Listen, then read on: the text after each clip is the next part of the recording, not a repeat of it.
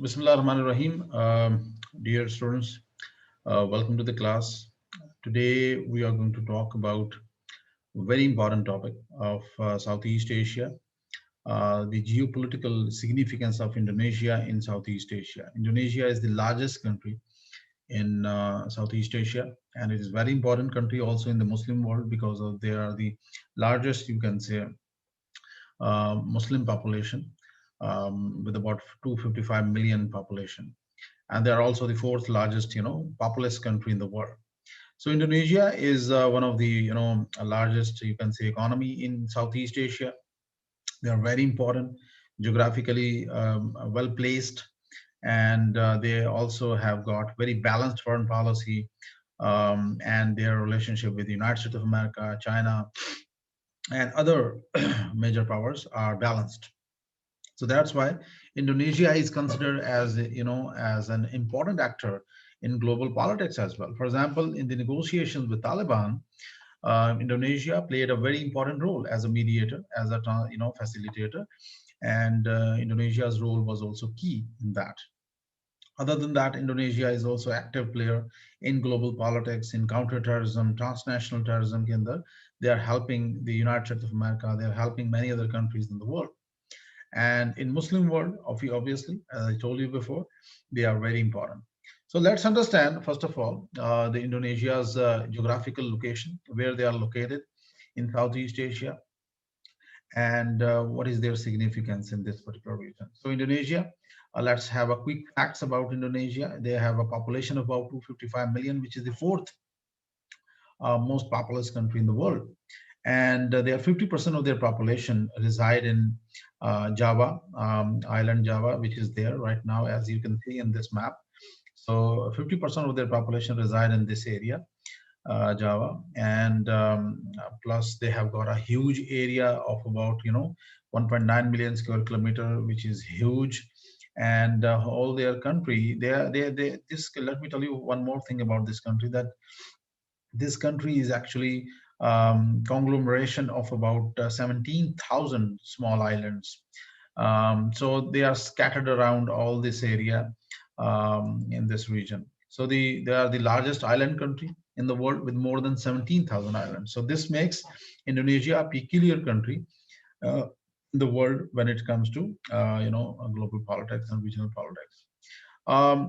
This country is scattered around in this region in Southeast Asia, and it touch many countries in the region. For example, Papua New Guinea, East Timor, Malaysia, Malaysian Borneo, Singapore, Philippines, Australia, Palau, Andaman and Nicobar Islands. So basically, this country covers Asia Pacific region, and it touch many important powers. It also touch Australia right here. It has a boundary, you can say a closer proximity with Australia, and of course India's Andaman Nicobar Islands, which are here, right here in this region, as you can see, Andaman Sea. So they are also closer to the Indian Ocean region, Pacific Ocean, and then they are also part and parcel of this region. So their position is such that they are located in a very peculiar position, and they are the largest archipelago, and it's located in a vast arc between the Indian Ocean and South China Sea. So as you can see in this map, the Indian Ocean is right here, as you can see, and then South China Sea is right there.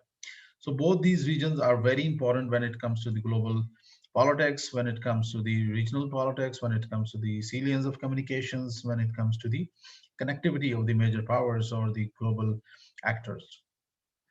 And most importantly, sitting astride the world's most vital sea lanes. More than 50% of world's annual merchant fleet passes through the Strait of Malacca, Sunda, and Lombok. Now, these three straits, as you can see right here, this is Strait of Malacca. 50% of the world's merchant fleets, oil supplies, and other things from African region, from Middle Eastern region, from Persian Gulf, right here, it enters, the Strait of Malacca, and from there, Indonesia is there, obviously. And from other than that, Sunda and Lombok, these are two other straits. So 50% of the world's merchant fleet it passed through this region, where the Indonesia is dominant. They have got a population of predominantly Muslim population, 86%, and then you got Christians and Hindus and others. They are also in small minority, but 86% of the people are Muslims. And if you analyze their ethnic composition, so Javanese and Sundanese, they are the majority, and the Javanese are 40%, and then the second largest ethnic group is Sundanese. They are a $1 trillion economy, which makes Indonesia a very important actor in the regional and global, forums, especially ASEAN region. Their economy is $1.2 trillion GDP nominal, and their purchasing power parity is about $3 trillion, more than $3 trillion. So they are considered as the 16th largest world economy, and they are growing. They are growing slowly and gradually. And according to the IMF and the World Bank and the ADB forecast, their economy will grow by 2020. But after that, there is a slight decline to their economy, and obviously the COVID-19 has pushed back many economies around the globe. So Indonesia is not different to others. So another important feature of this country is the natural resources. This country, Indonesia, possesses huge amount of natural gas reserves and is a major producer of LNG.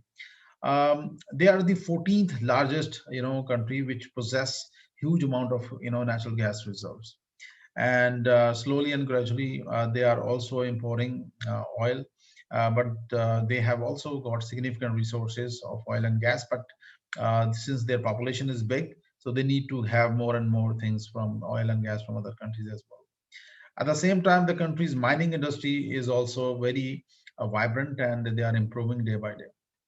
Indonesia supplies 20% of the world's tin and has considerable copper, nickel, gold, and coal reserves. So this makes this region, this country, very important, and they are, contributing a lot in the world's tin demand and other things.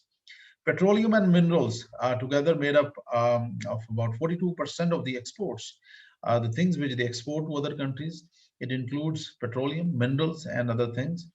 And obviously, the petroleum sector, which is measured in this assessment, accounted for 18% of the government revenue. So they earn a lot of money from this petroleum sector as well. They are part of, OPEC as well. So slowly and gradually, their petroleum production is going to grow by 2025. It is growing rapidly, so they are extracting more and more resources. They are connecting themselves. If you look at their natural gas reserves, so Indonesia is at the 14th position in the global you can say production of natural gas, and Russia is at the top, Iran second, Qatar third, and America is considered as the fourth largest country, which possess huge amount of natural gas reserves.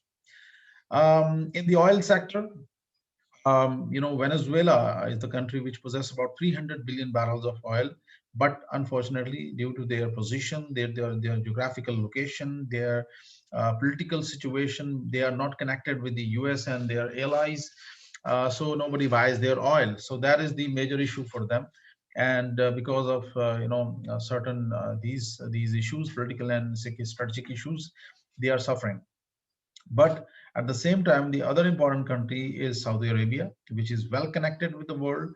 They are well connected with the Europeans. They are well connected with India, a major economy, and many other countries in Asia, especially China, obviously Pakistan, and many other countries. They are relying on Saudi Arabia, and Saudi Arabia possesses about 269 billion barrels of oil. This map is not updated, I think, but 269 billion barrels of oil is there in Saudi Arabia. And then you got many other powers. So Indonesia also possess small amount of oil reserves, and they are also producing this particular commodity, and they are playing a very important role. Indonesia is right here. They possess about 3.3 billion barrels of oil, so which is a small amount, but still it is significant for their consumption. Okay, let's quickly analyze their political system in Indonesia. Indonesia is a republican unitary form of government. which include elected legislature and president, and power is concentrated in the central government. Indonesia has about 34 provinces, of which 5 have special administrative status. And of course, its capital is Jakarta. So the president of Indonesia is the head of the state and head of the government, and he is the most powerful person in Indonesia. He is commander in chief of the Indonesian National Armed Forces as well, Army, Air Force, Navy, and the director of domestic governance, policy making, and foreign affairs. So he is the person who is the who is calling the shots in Indonesia, and he is very powerful. He served for the 2 terms of 5 years. So very powerful person, Joko Widodo, and this is the highest representative body at national level, People's Consultative Assembly, जिस तरह हमारी National Assembly है, इसी तरह से ये उनकी assembly है, and they make laws, they make policies. Its main functions are supporting and amending the constitution. So they are there to play this role, inaugurating the president and formalizing broad outlines of the state policy. So they are the people who actually decide foreign and defense policies of Indonesia. It has the power to impeach the president as well. So this particular body, People's Consultative Body, is assembly, is very powerful, and it can also impeach the president of Indonesia. So let's quickly analyze the People Consultative Assembly. It has 2 houses. People's Representative Council, जिस तरह हमारी National Assembly है, and the Regional Representative Council, जिस तरह हमारी Senate है. So People's or PRC, which has about 560 members, and RRC has about 132 members. So this is how they are, operating politically in this particular country, and both can serve for 5 years term. So it is equally divided. If you quickly look at the Indonesian military, their defense budget is about $9.6 billion. I think slightly smaller than Pakistan. But if you look at their army, air force, navy, they are, quite good as far as Indonesia or Southeast Asia is concerned, or ASEAN region is concerned. They have got a good defense budget. Their army is about 400,000, navy is about 74,000. Bigger than Pakistan. Why it is bigger than Pakistan? Because our coastline is about 1,000 kilometers, but there they are the country which is operating or which is controlling about 17,000 islands. So you need bigger naval forces to control these areas effectively, to patrol these areas, to keep monitoring of these areas. And their air force is also quite good, which is about 34,000 in number. So basically, this country is quite, balanced country. They don't have any such, active military confrontation with any country in the region. So this is the reason they are, focusing more and more on their development side. So that's why they are, among the developing economies. Okay, so let's quickly analyze their defense policy. As a national defense policy, Indonesia is promoting total defense. Total defense means they are, they are covering each and every aspect of the security challenges. For example, traditional security aspects and non-traditional security aspects. So they believe they are going to bring they are going to bring peace in their country, and they are going to mitigate all sorts of challenges Indonesia is facing. For example, so both military defense and non-military defense activities under the idea that utilize all resources available in the country to maintain its independence, national sovereignty, national territorial integrity, and national unification. So this is the main motto, or you can say idea behind their defense policy. So they want to ensure their sovereignty and national integration. Indonesia aims to achieve what it calls minimum essential force, which means that they are not indulging in huge military, and they are only focusing on a small force, a manageable force, an effective force, a well-trained and well-organized force. That's what they aim for, because they don't have any major security issues in the region, because China is their friendly state. China is not aggressively operating in this region against Indonesia, and Indonesia is also having good ties with the United States of America and other countries. So as I told you, they have got a balanced foreign and defense policy. Indonesia emphasizes the cooperation on now with other Southeast Asian states and practices an independent and active foreign policy. They are not dependent on any other country in the region. So that's why they have got independent foreign policy. It is strengthening its cooperative relationship with the United States in such fields as military education and training. These include CARROT, which is Cooperation, Offload, Readiness and Training. It is very important military exercises and military courses which they do with the United States of America. And they got CCAT, Southeast Asian Cooperation Against Terrorism. So this is the most important thing which they are doing with the United States of America, just to counter non-traditional aspect of security threats from terrorism and extremism. In 2002, 2001, I think, or maybe in 2000, Bali bombing occurred, in which Al Qaeda supported militants. They carried out attack in Indonesia and killed more than, I think, 200 people. So it was a major terrorist attack on Indonesia, and the terrorist organizations in Southeast Asia, they worked along with Al Qaeda and now with ISIS. So they are affiliated with these organizations. So this to mitigate this challenge, they started exercising with the United States of America and of course with the Chinese as well. Indonesia's special operation forces are also engaged in counterterrorism training, sharp knife in cooperation with China. So China's special forces, they are also cooperating with them.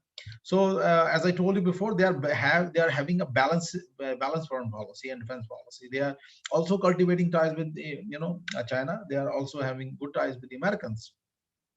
So Indonesia also held talks with China covering issues such as strengthening and improving bilateral defense relations, in which the Chinese have agreed to provide weapon and equipment, modern technologies to the Indonesian forces just to mitigate these challenges. All right. So Indonesia is also facing three major insurgencies. Apparently, this country is not facing any major challenge from other regional powers or any global powers. But internally, they have been facing challenges internally. So first insurgency was in Timor-Leste. The Portuguese, whose influence in Timor-Leste dates to about 1600, gave up control of the island in 1975.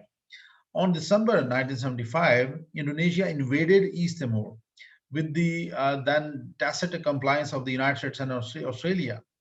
अब इसको मकसद इनका ये था कि इस reason को जो to capture this region, East Timor, so this region could not become a satellite force, Soviet Union, a communist regime. So the Indonesians, they invaded this area, East Timor, with the support of United States of America and Australia. Because of its position, they had to capture this at that time. So Indonesia, Australia, and the United States were concerned that East Timor may become another Soviet satellite state similar to Cuba. So this was a challenge. This was a thinking of the Indonesian government at that time. So they carried out the extreme brutalities in that particular region and subjugated that population, killed and captured many people. Extrajudicial killing was also rampant there. So this is how every country does whenever, because your interest matters the most, and when it comes to your interest, you take all type of extreme measures just to protect your own interest. So Timor-Leste was under the subjugation of Indonesia for many years, and because of its position, as you can see right here, it was very important area as far as the U.S. Asia Pacific strategy is concerned, or U.S. Policy during the Cold War is concerned, because United States of America wanted to keep closer check on the Soviet Union everywhere. So before Soviet Union could influence this region, they controlled this region with the help of Indonesia. Ultimately, on August 30, 1999, East Timorese voted overwhelmingly to become an independent nation. So this was the call of the people, and 98% of those registered to vote in the referendum voted, with 78% rejecting integration with Indonesia. So this was the idea behind, and the people of Indonesia, Timor-Leste at that time, they decided not to be with Indonesia, and they wanted independence. And ultimately, the destruction and subjugation started after that. In the wake of the vote pro-Indonesia, militias attacked pro-independence East Timorese and destroyed much of East Timor's infrastructure. This is how it works. Wherever you find insurgencies, people do these type of things, and the same happened in that area as well. More than 7,000 East Timorese were killed in that rampage, and another about 300,000 out of total population of about 850,000 were displaced. So they became IDPs. Hardline elements of TNI formed pro-antagonist militias in East Timor, and these groups sought to intimidate the East Timorese into voting to remain integrated with Indonesia under an autonomy package being offered by the then President Habibie. So Indonesia again wanted to control these people, but it could not. It is thought that the Indonesian military had two key reasons for trying to prevent an independent East Timor. So these two reasons actually motivated them. First was the attachment of the territory. They believed that this is part of Indonesia, and this territory should not go, and they wanted to control this region. Secondly, they had a fear that the East Timorese independence would act as a catalyst for further secessions in Aceh and Papua, because these two areas, Aceh and Papua, they were also facing insurgency.